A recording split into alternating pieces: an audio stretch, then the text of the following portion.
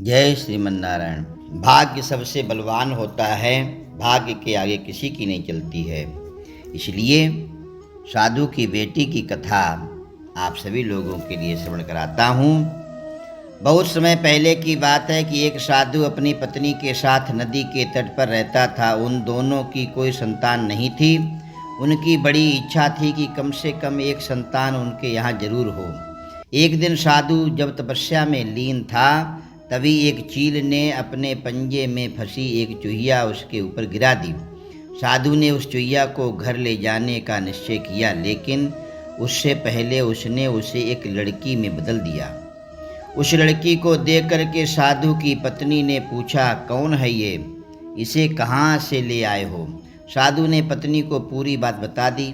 उसकी पत्नी बहुत प्रसन्न हुई और वो बोली, तुमने उसे जीवन दान दिया है, इसीलिए तुम ही उसके पिता हो। इस तरह से मैं भी उसकी माँ हुई और हमारे यहाँ कोई संतान नहीं थी, इसलिए भगवान ने इसे हमारे पास भेजा है। जल्द ही वो बच्ची एक सुंदर युवती बन गई। जब वो 16 साल की हुई तो साधु और उसकी पत्नी ने उसका विवाह करने का निश्चय किया। साधु ने सूर्य देवता का आवाहन किया। जब सूर्य देवता उसके सामने आए तो साधु ने कहा, मेरी बेटी के साथ आप विवाह कीजिए। लड़की को यह विचार अच्छा नहीं लगा और उसने कह दिया, क्षमा कीजिए, लेकिन मैं सूर्य देवता से विवाह नहीं कर सकती क्योंकि वो बहुत गर्म है। निराश साधु ने सूर्य देवता से कहा कि अब वे ही उसकी लड़की के लिए कोई सुयोग्य वर सुझाएं। सूर्य देवता ने कहा, बादलों के देवता से आपकी लड़की की जोड़ी सही बैठेगी क्योंकि वे ही धूप की गर्मी से उसकी रक्षा कर सकते हैं। साधु ने जब बादल देवता से उसकी लड़की से विवाह करने का अनुरोध किया, इस बार भी लड़की ने विवाह से इनकार कर दिया और बोली, मैं इस काले व्यक्ति से विवाह नहीं करूंगी। इसके अलावा बादलों की गर्ज से मुझे बड़ा डर लगता है। साधु फिर से उदास हो गया और उसने बादल देवता से अनुरोध किया कि वे ही कोई सुयोग्य वर सुझाएं।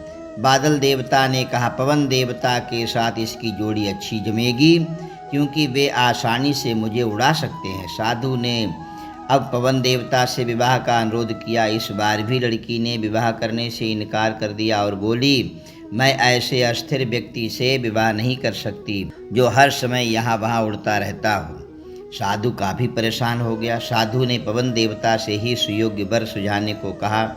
पवन देव ने जवाब दिया, पर्वतों के राजा बहुत मजबूत और स्थिर हैं। वे बहती हुई हवा को भी आसानी से रोक सकते हैं और उनसे आपकी लड़की की जोड़ी सही बैठेगी।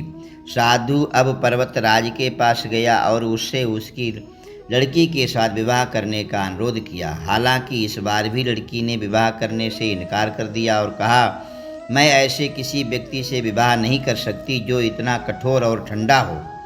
लड़की ने साधु से किसी नर्म वर को खोजने को कहा। साधु ने पर्वतराज से सलाह मांगी। पर्वतराज ने जवाब दिया, किसी चूहे के साथ ही आपकी लड़की की जोड़ी अच्छी रहेगी क्योंकि वह नरम भी है और आसानी से किसी पर्वत में भी बिल बना सकता है। इस बार लड़की को वर पसंद आ गया। साधु काफ़ी हैरान हुआ और बोला, भाग्य का खेल कितना निराला है। तुम मेरे पास एक चूहिया के रूप में आई थी और मैंने ही तुम्हें लड़की का रूप दिया था। चूहिया के रूप में जन्म लेने के कारण तुम्हारे भाग्य में चूहे से ही विवाह लिखा था और वही हुआ।